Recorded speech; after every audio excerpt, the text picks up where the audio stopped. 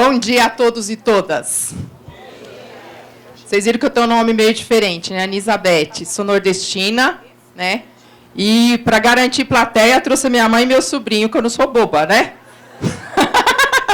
Bom, a gente vai ter uma palestra muito tranquila, sem muitas formalidades, e eu fiquei preocupada o que eu ia falar, né? Porque, às vezes, a gente fica preocupada quando são públicos específicos, né? Mas eu pensei, bom, nós temos algo em comum, somos seres humanos e pronto, e acabou. Então, é assim que a gente vai falar, tá?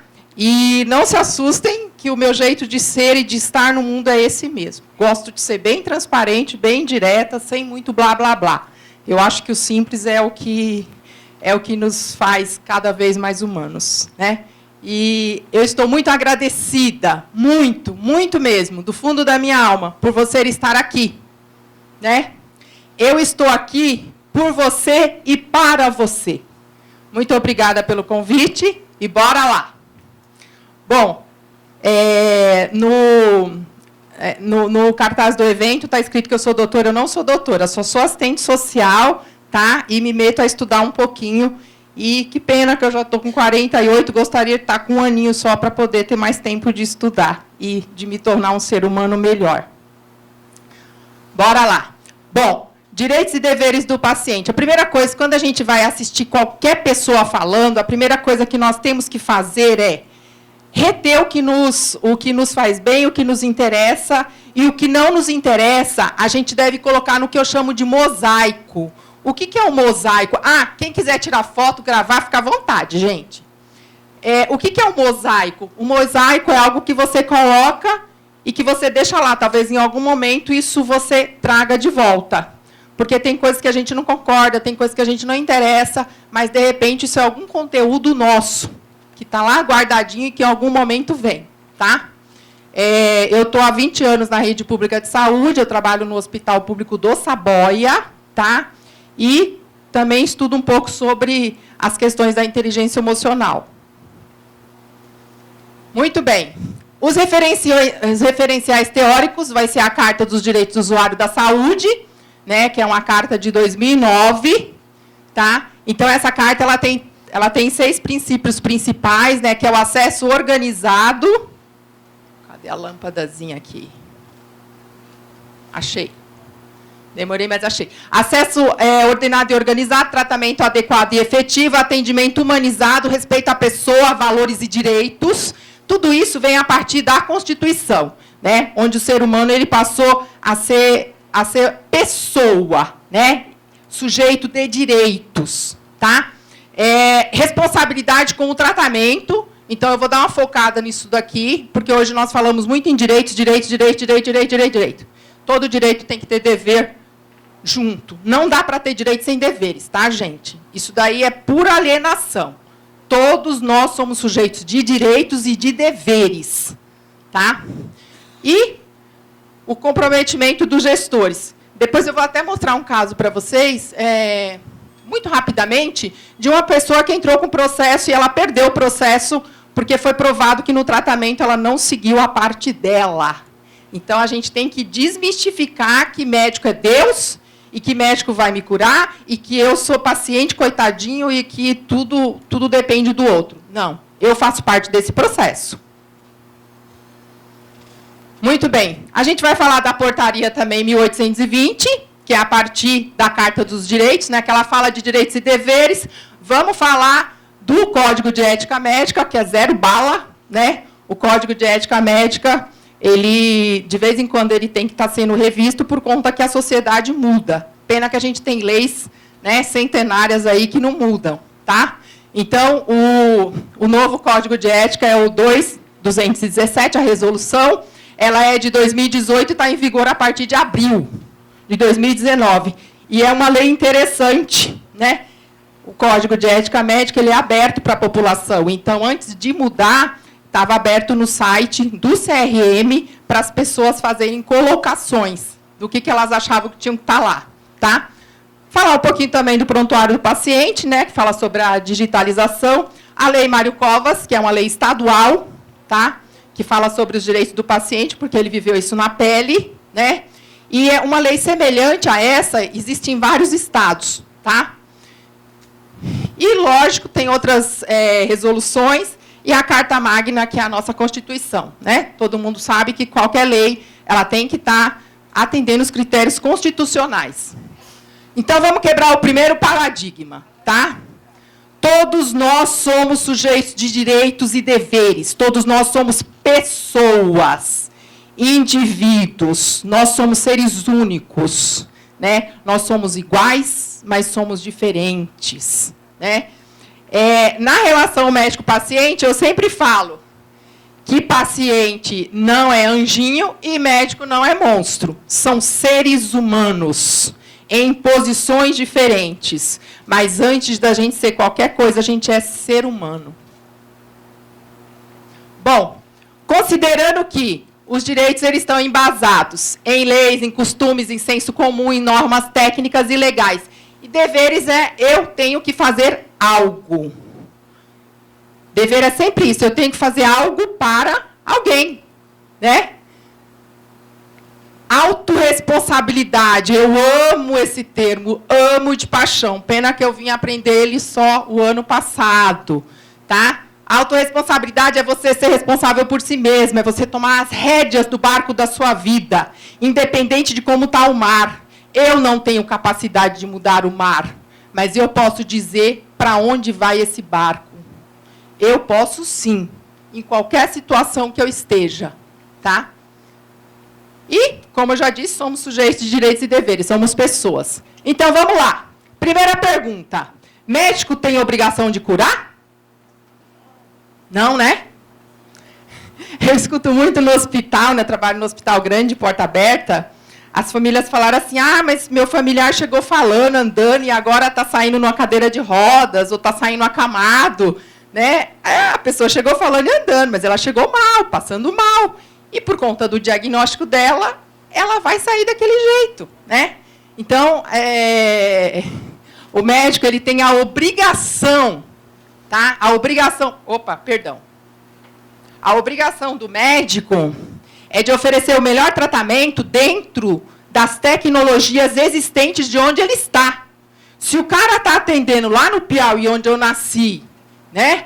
Que o médico, lá numa cidadezinha que eu nasci, que o médico vai uma vez por semana, uma vez por mês, sei lá, o cara vai dar o que ele tem. Agora, se ele está numa ilha de excelência, ele vai ter outros recursos. Não é verdade? Então, o médico não tem obrigação de curar coisa nenhuma. Ele tem a obrigação de oferecer o melhor dentro da medicina, baseado em evidências e dentro dos recursos que ele tem. Muito bem. Outra coisa, o médico ele é obrigado a atender qualquer paciente em qualquer situação? Não, não é. Não é, tá? O médico tem direito de renunciar ao atendimento em situações que, a seu critério, prejudiquem o bom relacionamento com o paciente, fornecendo todas as informações para a sequência do tratamento com outro profissional. Exemplo, na relação médico-paciente tem que ter sempre a confiança e o respeito. Houve essa quebra, o tratamento ele é prejudicado, tá? Então, o médico ele só não pode se recusar a atender alguém em situações de urgência e emergência, tá? Ele é obrigado a atender, independente de qualquer situação, ele tem que buscar a preservação da vida, senão entraria como missão de socorro, tá? Mas o médico ele pode sim, em algumas situações. Por exemplo, está no Código de Ética Médica, tá, gente? Artigo 36. Por exemplo, aborto no nosso país, em algumas situações, ele é permitido por lei. O médico é obrigado a fazer o aborto? Não. Ele não é obrigado. Tá? Tanto é que os médicos trabalham com esses programas, eles aceitam trabalhar com esses programas. Tá bom? Então, o médico, ele pode renunciar, sim. É óbvio que a gente sempre tenta. No SUS é muito comum, infelizmente, agressões. É muito comum, infelizmente. Né? A gente sempre tenta levar no meio termo, porque, às vezes, quando você vai buscar a justiça ou chama a polícia, o negócio toma outra proporção. Mas eu mesma já vi mãe agredindo o pediatra que estava atendendo o filho dela. Né? Então, como é que o pediatra vai falar, eu não vou atender? Né? A criança não estava em risco iminente. Né? Legalmente, pelo Código de Ética, ele poderia, mas aí a coisa toma uma proporção muito grande. Então, assim, médico é sujeito de direitos também. Ele tem toda uma legislação que protege ele. Bom, aqui, né, que eu acabei de falar, né, que ele pode se recusar em atos que contraria a consciência dele, como eu dei o exemplo do aborto, né, porque o cara é médico e existe uma lei que ele vai mudar as concepções dele. Ele pode atender, se ele concordar com essa legislação, ou ele pode falar, não, nesse tipo de situação eu não atendo. Mas tem que ter alguém para atender. Por quê? Porque a lei garante o direito ao paciente. Né? E, como eu já coloquei, o médico é obrigado a atender em situações de urgência e emergência. Bom, uma outra coisa que, às vezes, a gente não para para pensar é que, assim, os recursos de saúde, eles não brotam do nada. Né? E é uma responsabilidade nossa lidar com isso. Então, assim, o que eu vejo muito, eu que trabalho na estrutura do SUS, a pessoa, ela faz um exame, ela faz uma tomografia, uma ressonância, que são exames caríssimos, né? E aí, não estou mais afim de ficar aqui, enfim, né, se emputece, desculpa o termo, e vai embora. Meu, aquele exame fica perdido, que aí ele vai para outro lugar, e vai para outro lugar, vai em 300 lugares, e ele não leva o exame, ele não se compromete. Só que aquilo é dinheiro público, é dinheiro de todos nós. Então, quando eu uso indevidamente, eu estou tirando o direito de alguém. A gente tem que ter essa leitura, né? Essa coisa de, eu só tenho direito, não é bem assim, né? E mesmo nos planos de saúde, isso também tem um custo. Eu uso o meu plano de saúde à torta e à direita, eu não estou nem aí, eu pago caro, eu uso mesmo. Mal sabe você que quando vai ter reajuste, quando vai ter as tabelas que mudam os valores, tudo mais, tirando a questão legal, vai ser avaliado o uso.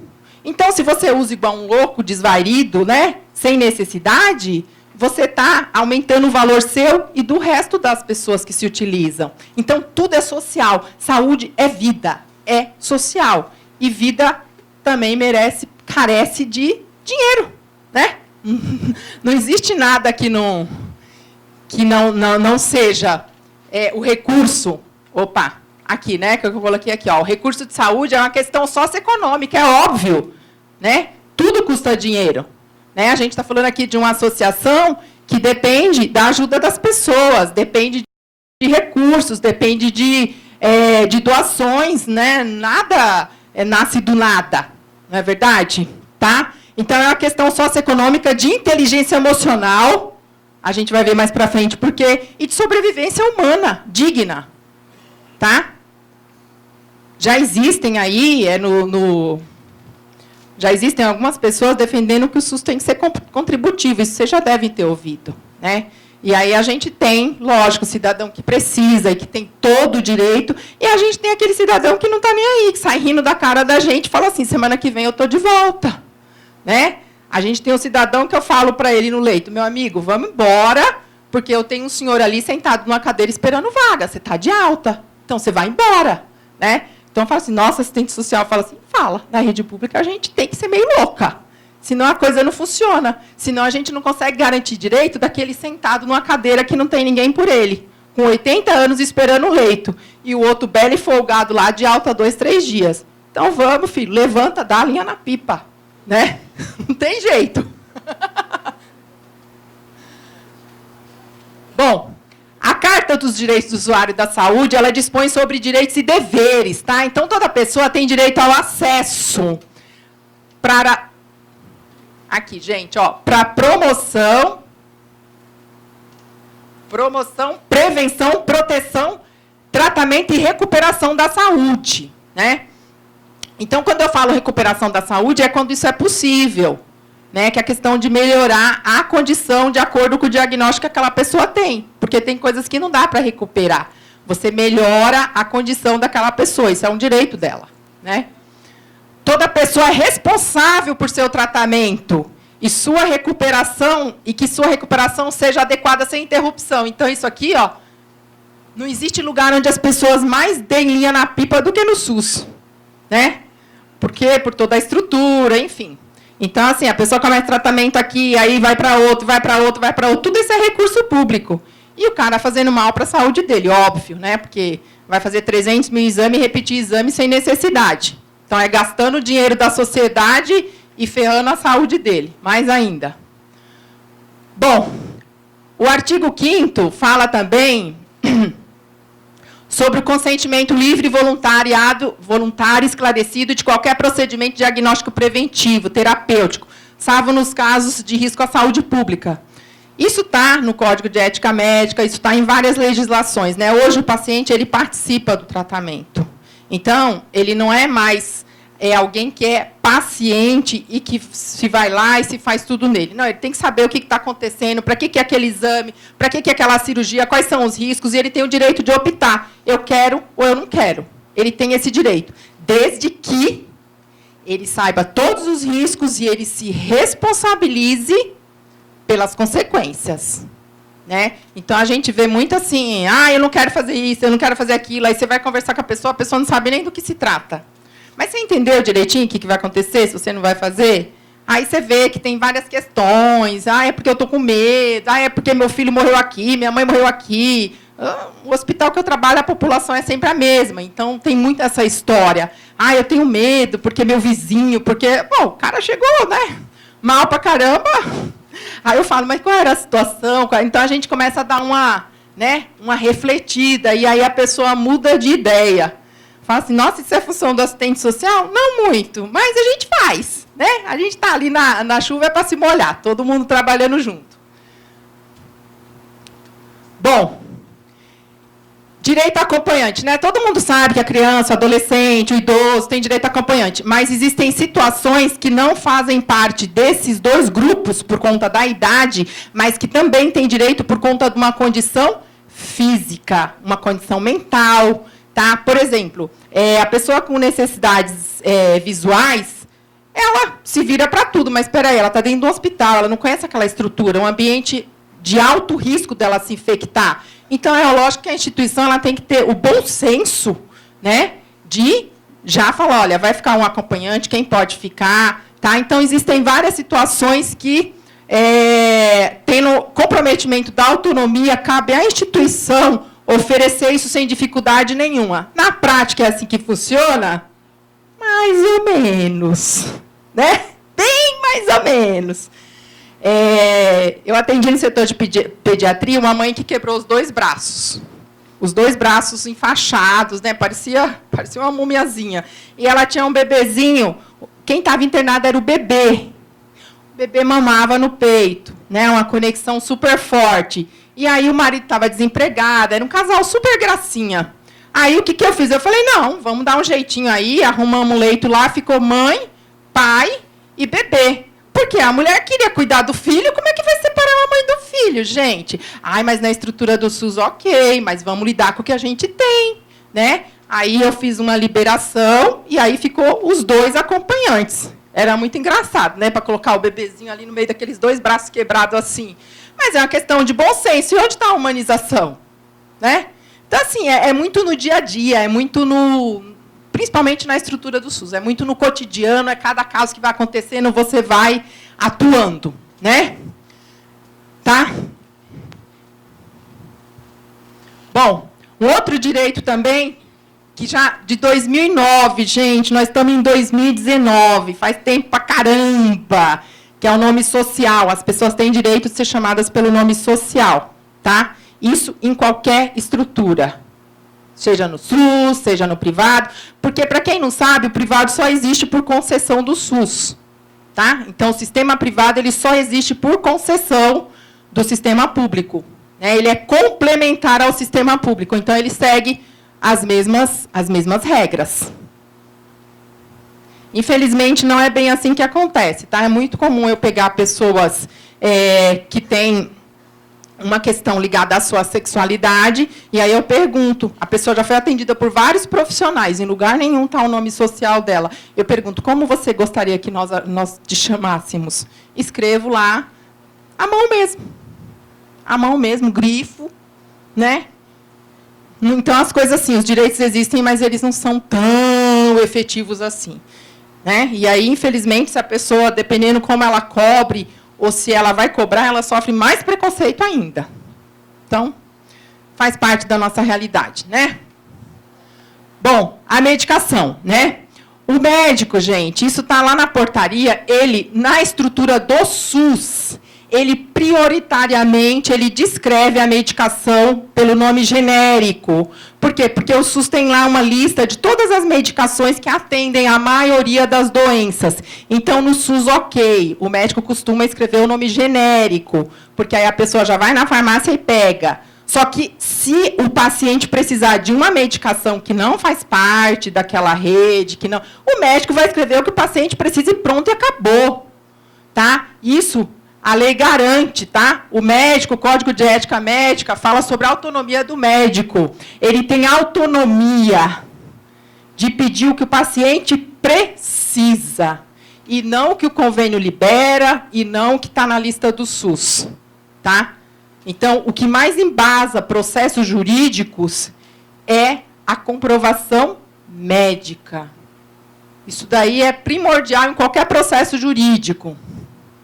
Então, por que eu trouxe esse caso? Porque uma vez uma mulher foi brigar lá na nossa sala, na área de dermato, era uma questão dermatológica. Aí, só depois de 15 dias, foi que ela viu que o remédio era caro, né? A receita era de 15 dias atrás. E, assim, a gente é muito atento, né? A gente começa a ficar, assim, muito ligado em tudo. Aí a mulher chegou lá, mas quebrando o pau no serviço social. Não tem nada a ver com a minha atuação, mas, enfim, é para a gente que vem. Ok.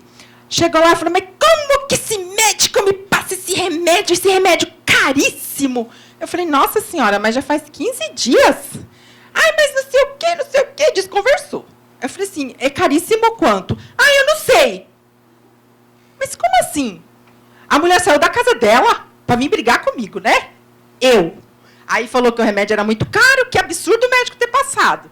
Aí eu, como assistente social, é importante eu saber disso. Minha senhora, ele passou porque é isso que a senhora precisa. Não é porque ele acha que a senhora está rasgando dinheiro e que a senhora vai comprar o remédio. Vem aqui, vamos tomar um cafezinho. Sentei com ela, abri na internet, o remédio custava R$25. Mas é caríssimo, ela perdeu o tempo de vir na casa dela para brigar comigo. Se ela tiver pego ônibus, ela deve ter gasto isso, quase, né? Mas, enfim, isso é a responsabilidade que a gente tem com a nossa saúde. Né? Bom, essa lei ela é bem recente, né? Fala sobre o prontuário do paciente por conta dos prontuários eletrônicos e tudo mais. Basicamente, o prontuário do paciente ele tem que ser guardado por 20 anos a partir da última anotação. Isso em meio físico, papel. Tá? Em outros meios, é ad eterno, para sempre. Tá? A alternativa à eliminação do prontuário é você devolver ele para o paciente, mas isso não é muito interessante. Né? Você pega aquele chumaço de coisa, o paciente vai entender o que é aquilo. Né? Porque o prontuário do paciente ele tem todas as informações do paciente, a vida toda dele. O que a enfermeira fez, o que a fono fez, a TO, assistente social. Né? No SUS, principalmente, ele é um prontuário integrado, e muitos ainda é em papel.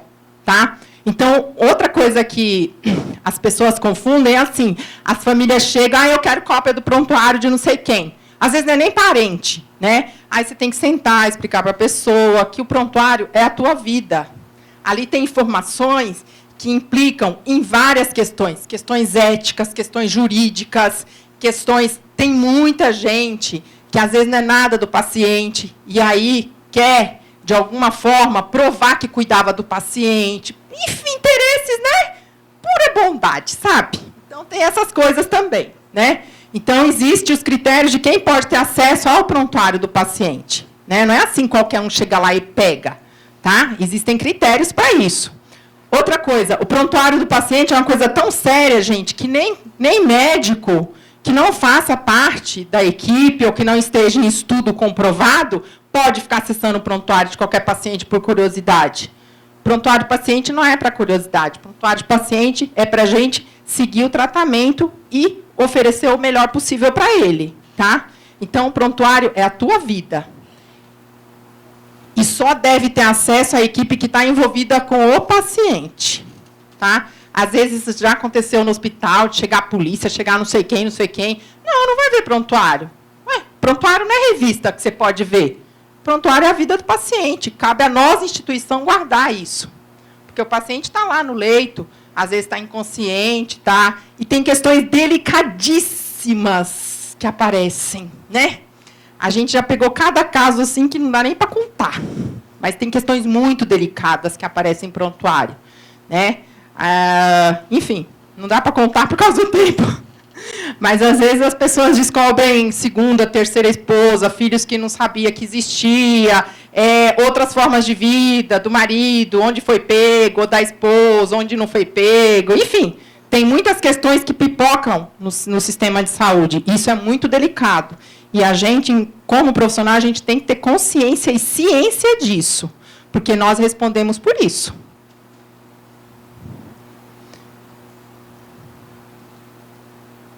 Bom, uma outra coisa que fala lá no artigo 5º é que, quando a pessoa se muda, a gente teria a obrigação de, se ela pedir, né? Se ela pedir, a gente teria a obrigação de mandar o prontuário para ela pelo correio, né? Pelo correio ou por qualquer outra forma, tá?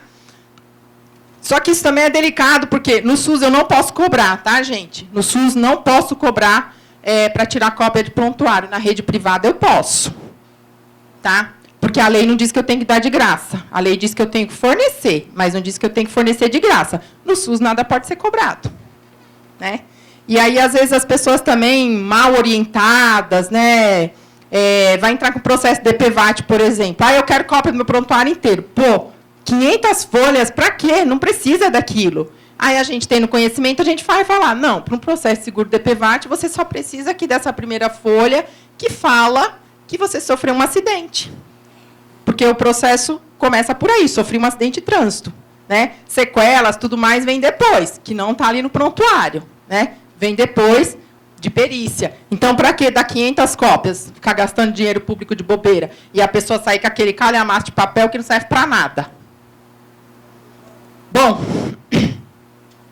tem outra lei, gente, que é de 2005 e que ela não é efetiva e que a gente pode fazer analogias com outras necessidades, né? Então, se a pessoa ela necessita de um profissional para falar com ela através da língua brasileira de sinais, os serviços têm que disponibilizar. E não é só o serviço público, tá? O privado também. Como que é isso na prática? Na prática, por incrível que pareça, geralmente chama assistente social. Acho que a gente sabe de tudo, né? Que a gente é tudo, um pouquinho mais, tá? Mas é um direito que a pessoa tem de ter um intérprete, né? E hoje, dentro da nossa realidade, nós já temos várias pessoas também de outros países, porque o sistema público ele atende todo mundo, que fala inglês, fala francês, e aí a gente tem que sambar miudinho, né? Com aplicativo e tudo mais, para quem não, né, não domina outras línguas, para auxiliar no atendimento daquela pessoa, tá? Outra coisa que a maioria das pessoas não sabem, vaga de UTI, por conta até das ameaças que os médicos sofreram e continuam sofrendo e tudo mais, tem uma resolução do CFM, Conselho Federal de Medicina, tá? A resolução ela é específica de um órgão que entende daquele assunto. Então, ela tem uma força muito grande, tá? Então, assim, os critérios para indicação de vaga de UTI está tudo dentro dessa resolução. E essa resolução não dá para detalhar ela aqui, mas eu fiz questão de conhecer porque o pessoal vem gritar no serviço social também, né? O egoísmo e a humanidade, ela impera no serviço de saúde. No serviço de saúde é que a gente vê o quão o ser humano é grande e o quão o ser humano é pequeno, né? Então, numa emergência, eu estou com o dedo cortado, eu quero que o médico pare de atender, o outro que está infartando, né? Então, infelizmente, de vez em quando, a gente tem que dar uma chacoalhada nas pessoas e falar assim, olha, acorda para a vida. E, por favor, alguém me pontua o tempo, gente, para eu não me perder. Tá? Então, existe uma resolução e o médico está respaldado por essa resolução. Porque as vagas de UTI, é óbvio que elas não vão atender a demanda, apesar que, em São Paulo, nós temos bastante, se comparado com outros locais. Tá? Mas o médico ele tem os critérios e ele pode seguir esses critérios que estão lá na resolução. Não é quem grita mais, não é quem é mais bonito, não é quem... Não. Existem os critérios. Tá? Bom, dilemas e desafios. Greve de fome. Médico pode impedir greve de fome? Sim ou não? Pode? paciente ele tem autonomia de aceitar ou não procedimentos, né? Então, o médico ele pode e deve intervir quando o paciente entra em risco. Aí ele pode, tá? Então, o paciente ele tem direito de se manifestar quando não é risco iminente. For risco iminente, é mais garantido que ele faça, tá? Porque se ele não faz, o processo é maior. Então, é melhor responder um processo ético do que um processo criminal. Né? Então, vida de médico não é fácil não, viu, gente? É porque não dá para a gente falar muito aqui, mas vida de médico não é fácil. Por isso que a gente tem que entender que somos os dois seres humanos, que carecemos e merecemos de respeito e de uma boa relação. É lógico que se ele fizer errado, ele também vai responder. Tá? Então, greve de fome, o médico só pode intervir quando existe risco iminente de morte. Isso está no Código de Ética Médica, no capítulo de Direitos Humanos, no artigo 26. Outra coisa, gente, quem trabalha no serviço de saúde, por favor, leia o Código de Ética Médica. É super gostoso de ler, é pequeno, nos ajuda muito. Seja você um auxiliar, um enfermeiro, fono, psicólogo, não importa. Você trabalhou no sistema de saúde, conheça o Código de Ética Médica. Tá? A Carta de Direitos do Usuário da Saúde, a Lei Mário Covas, é básico para a gente poder não falar abobrinha para o paciente e defender realmente a coisa como deve ser. Né? Porque, como eu disse para vocês, eu não tenho essa leitura que paciente está sempre certo, paciente é sempre coitado. Não é verdade. Tem paciente, sim, existem vários processos que ele já vai com má intenção mesmo de tirar dinheiro, de se beneficiar de alguma forma ilícita, tá? E desculpa falar isso, mas é a realidade, tá? Outra coisa que é direito do paciente é a segunda opinião, né? E a gente faz isso. Ai, fui no médico, o cara passou um grau de óculos para mim, mas eu não sei, não me passou muita confiança. Aí eu fui em outro, marquei a consulta e fui em outro, né? Só que isso é muito delicado quando a gente está num sistema de internação, por exemplo. Né? Como que você vai falar para o profissional, olha, eu não confiei no que você me falou, quero falar com outro médico. Então, isso pode ser feito? Sim, mas com muita delicadeza. Olha, doutor, eu estou muito inseguro, eu gostaria de uma outra opinião. Então, assim, tudo pode ser feito, mas a gente tem que entender que os nossos direitos, eles também têm a forma da gente falar. Imagina você profissional em qualquer área, a pessoa fala assim, eu não quero que você corte meu cabelo, eu quero que fulano corta. Você pode falar isso de outra forma. Né? Então, a segunda opinião é direito médico, é direito do paciente, perdão. O médico ele não pode se opor. Tá? O que a gente costuma fazer no sistema público de saúde, geralmente quem vai é o chefe daquela clínica. Né? Então, se é ortopedista, vai o chefe da ortopedia. Tá? E já aconteceu na área de pediatria de trocar médico, porque realmente a situação ficou insustentável. Tá? Eu atendi muitos anos pediatria, e são áreas bem difíceis de trabalhar, e aí a médica ela começou, inclusive, a entrar em risco de ameaças, tudo mais. E aí você faz o quê? A criança precisa de tratamento. Vai mandar o problema para outro hospital? Claro que não, isso não é justificativa para transferência. Né? Então, o que você faz? Lida com a situação. E aí, um outro médico entrou no caso. Assistente social também já aconteceu da gente trocar de caso. Né? O paciente está e o negócio encrencou e a coisa ficou feia ali. Outra colega entra no caso. Sai quem estava e entra outra colega que consiga lidar melhor com aquela situação ou que tenha uma afinidade melhor. Então, isso é comum acontecer também. Tá? Outra coisa que é bem complicada, então, por isso que eu falo para vocês que vida de médico não é fácil. Quando ele atende uma criança e um adolescente com capacidade de discernimento, olha só que loucura. O médico tem que atender a questão da doença, ainda tem que saber se tem discernimento, se não tem discernimento. Olha que doideira isso. Ele não pode revelar as informações para os pais. Então, o médico ele vive, né, numa corda bamba. Como é que ele vai avaliar a capacidade de discernimento? É a idade? É uma consulta rápida? É delicado, tá? Mas o sigilo, ele, inclusive, abrange a criança e o adolescente. E aí o médico, né, apanha do pai e da mãe que não quer falar para ele o que está acontecendo. Olha como o negócio é feio. Né? E como que a gente tem que sambar para lá e para cá nós que trabalhamos em equipe multidisciplinar. Bom, tudo isso é muito por cima, tá, gente? Isso aí dá discussão, dá reflexão, e vai longe o negócio. Mas, enfim. Bom, artigo 37, aqui, ó, aqui está muito ligado à questão das mídias, né? O povo quer que o médico prescreve pela internet, pelo celular. Ah, o médico, eu vou mandar lá mensagem para o médico. Isso é muito delicado, tá? Delicadíssimo. Ah, eu vim aqui para trocar receita, né? Ah, eu vim trocar receita, porque no posto não tem o médico, e eu vim para trocar receita, porque venceu, blá, blá, blá, blá, blá. Né? Aí, lógico, você atende o paciente, mas você traz toda a responsabilidade dele.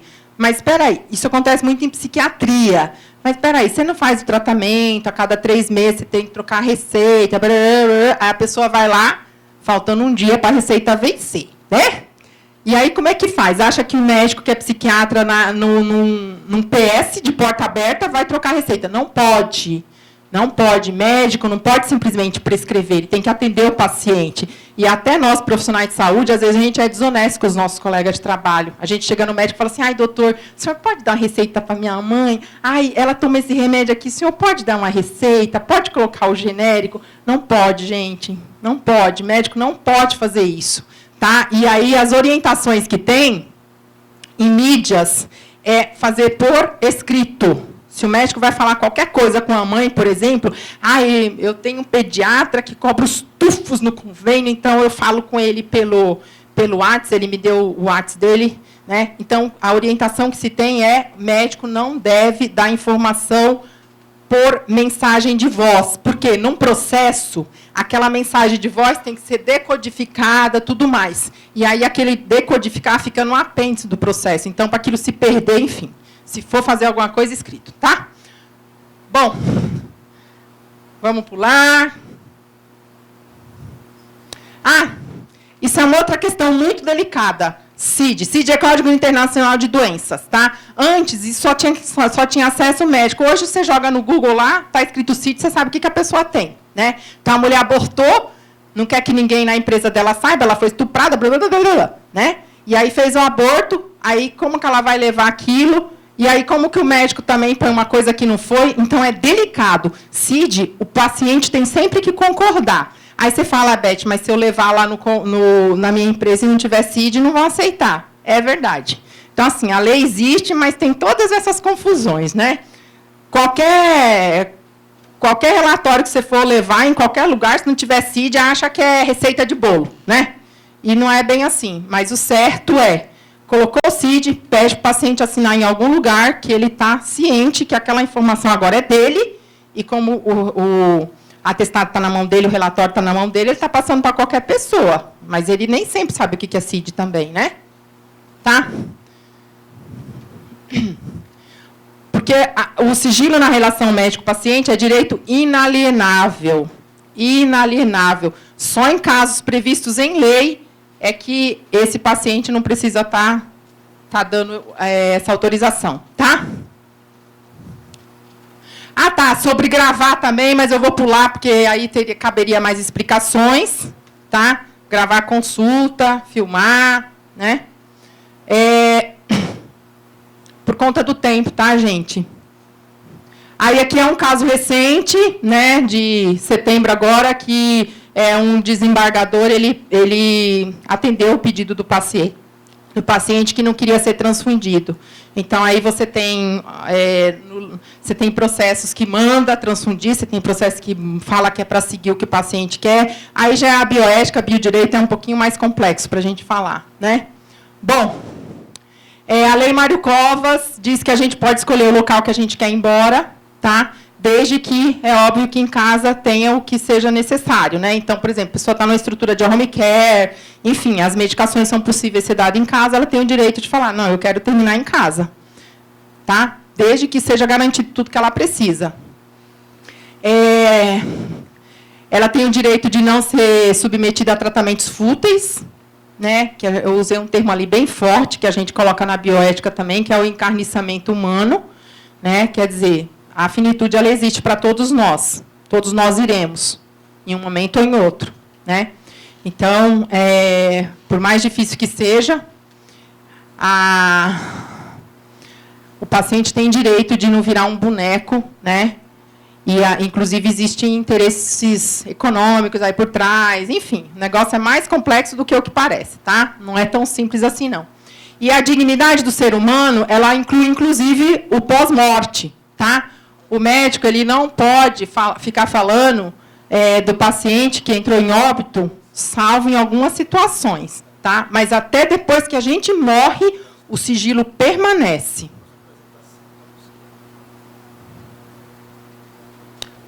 Bom, aqui é sobre a obstinação terapêutica, né? Existe uma resolução específica que fala sobre isso, que já tem 13 anos, né?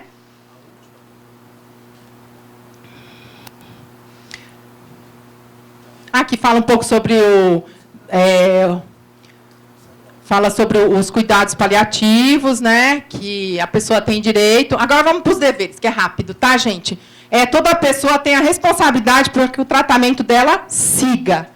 Como eu falei para vocês, se eu não faço o que foi prescrito, eu tenho que arcar com isso. É um direito meu? Ok.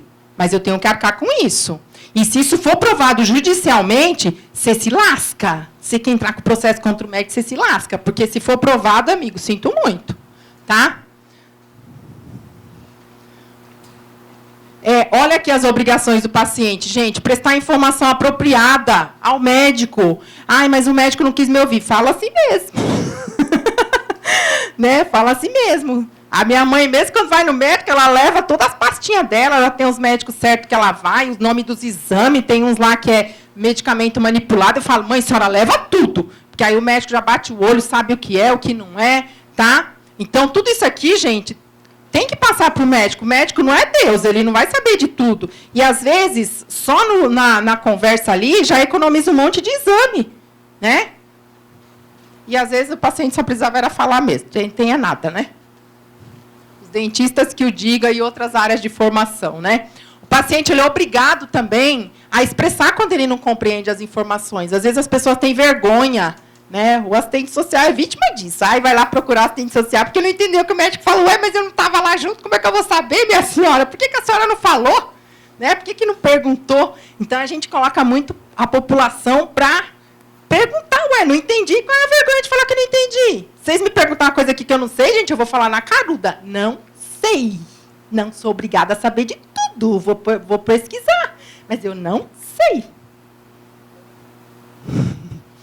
Né? Aí, aqui, ó, seguir o plano de tratamento proposto pelo profissional de saúde.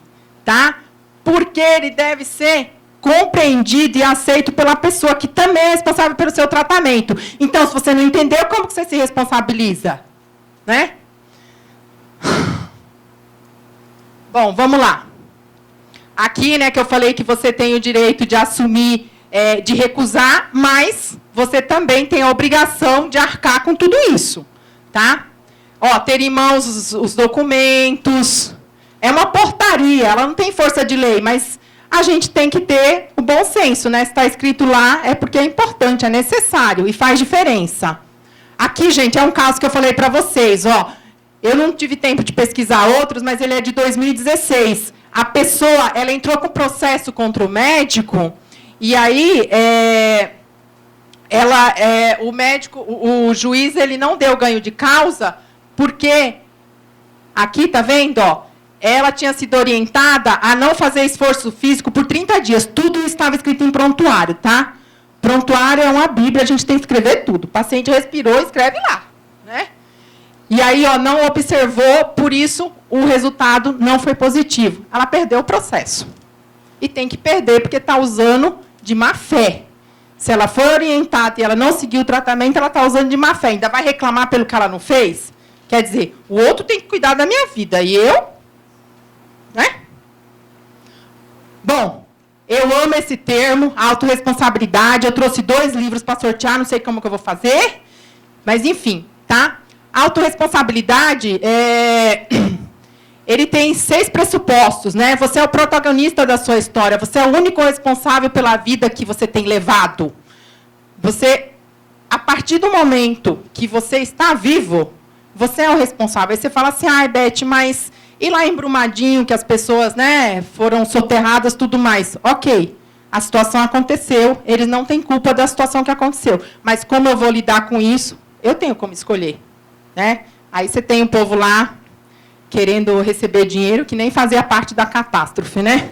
É o empoderamento vital de sua existência, de quem você é, né? Aonde você quer chegar e quais ações você vai tomar. Então, a autorresponsabilidade basicamente é isso.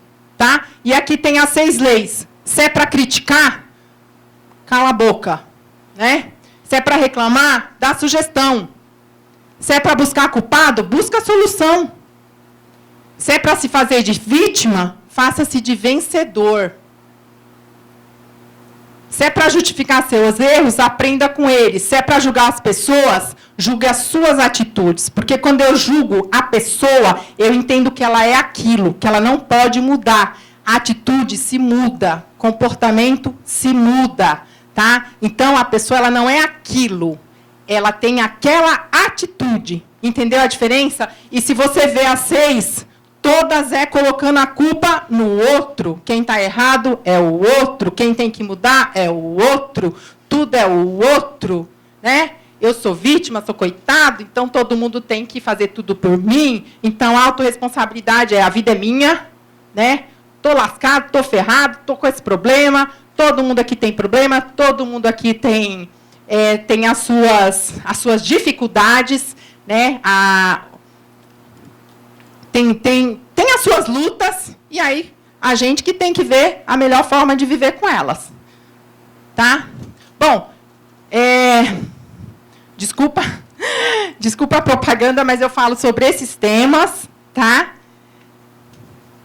Eu falo sobre como criar filhos saudáveis emocionalmente, né? Então, é para paz. Eu falo sobre a autorresponsabilidade, como você transforma a sua vida. Eu falo sobre a autorresponsabilidade aplicada ao trabalho. Então, quando uma empresa me chama, eu vou estudar quais são os problemas daquela empresa, e aí nós vamos trazer a autorresponsabilidade aplicada ao trabalho, tá? Em semana de CIPAT. Eu falo sobre o poder da ação, né? Que é você sair da sua zona de conforto e se virar, mudar a sua história, tá? Eu falo sobre inteligência emocional e falo sobre o poder libertador do perdão. Perdão ao outro, perdão a si e tudo mais. Perdão a quem já foi, né? Enfim, tá? Bom, Simbom bem, e daí? Quem é você? O que você tem feito? Né? O que tem feito por você e para você? Não existe ninguém no mundo mais importante do que você. Eu não tenho como dar o que eu não tenho. Eu não tenho como dizer, eu amo fulano mais do que a mim mesmo. Balela. Balela. Você tem que amar primeiro a você. Isso não é egoísmo, isso é verdade. Tá? Não tenho como dar o que eu não tenho. Eu só posso dar algo para alguém quando eu tenho muito, quando eu transbordo. Isso é sentimento, isso é emoção, isso é dinheiro, isso é qualquer coisa. Eu só posso dar o que eu tenho. E tenho em excesso.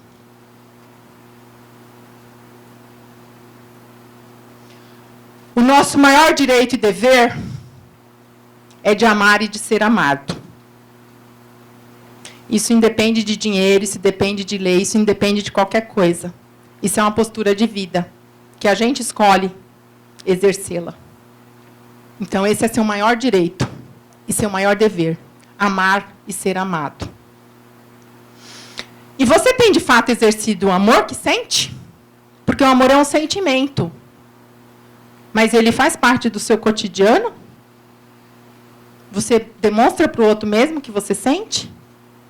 Você demonstra para você o que você sente por você? Duas coisas muito simples. Muito simples. Meu tempo já esgotou, me perdoe quem vem depois de mim. Abraço. Gente, olha quantas substâncias que são produzidas e o quão é importante o abraço. Mas não é esse abraço que a gente... Oi, tudo bem? É abraço. Abraço assexuado. É abraço. Se eu tivesse tempo, eu ia fazer vocês aqui se abraçar. E abraçar estranho, tá? Que não é abraçar quem conhece, não. Primeiro vamos abraçar o estranho, que é mais fácil. Olha que louco. É mais fácil abraçar o estranho do que um próprio familiar nosso. Não é louco isso? Mas é assim que a gente age. É assim que a gente leva a vida. Tá? Então, na parte infantil, a gente mostra vários vídeos, os pais choram igual criança, dá tudo para os filhos, mas não dá abraço. Por isso que as crianças estão aí quebrando o mundo, acabando com o mundo. Né? Falta de abraço, abraço é de graça. Tá? E tem uma técnica que a gente usa bastante no coaching integral sistêmico, né? Que é uma linha que eu também me formei, que a gente chama de V0. V0 é velocidade zero. Tá? Que é o olho no olho. Simplesmente, gente, o ato de olhar para tudo, se coloca na frente do outro e olha dentro do olho dele. Simplesmente esse ato faz com que o teu organismo produza o hormônio do amor. Gente, em treinamento, as pessoas começam a chorar só porque está olhando no olho do outro. Quando eu olho no olho do outro, eu me permito e eu vejo quem é o outro. E a gente faz isso com a família da gente? A gente para tudo que está fazendo e olha no olho do outro. Isso é magnífico, isso é tão simples e é de graça. Então, eu desafio vocês, façam isso. Cheguem em casa e simplesmente para. Quando é criança pequenininha, a gente ensina, fala assim, ó, olha aqui na bolinha do olho da mamãe, olha aqui na bolinha do olho da titia, e a criança começa a aprender. Instintivamente, você começa a fazer conexão. E é algo assim maravilhoso, tá? Olho no olho. E não adianta chorar depois que o olho já fechou. Tá? Olho no olho é hoje, é agora. E aí, uma mensagem de Santo Agostinho. A medida do amor é amar sem medida. Não existe amor demais. O que existe são falta de limites. O que existe são formas de amor não vividas. Então, essa era a mensagem que eu queria deixar para vocês. Eu estou muito agradecida.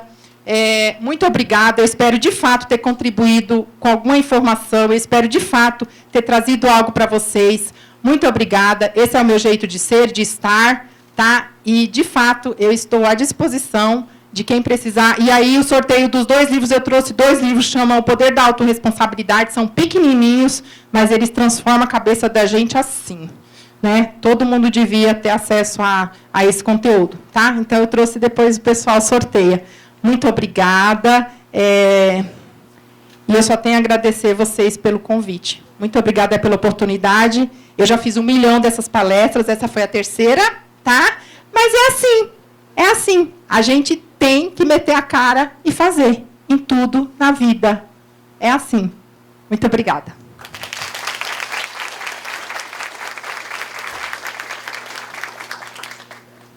Parabéns, Elizabeth. Palestra incrível, né? A gente precisa muito saber dos direitos, deveres, né? Bastante coisa. E com esse entusiasmo, então, né? Que demais.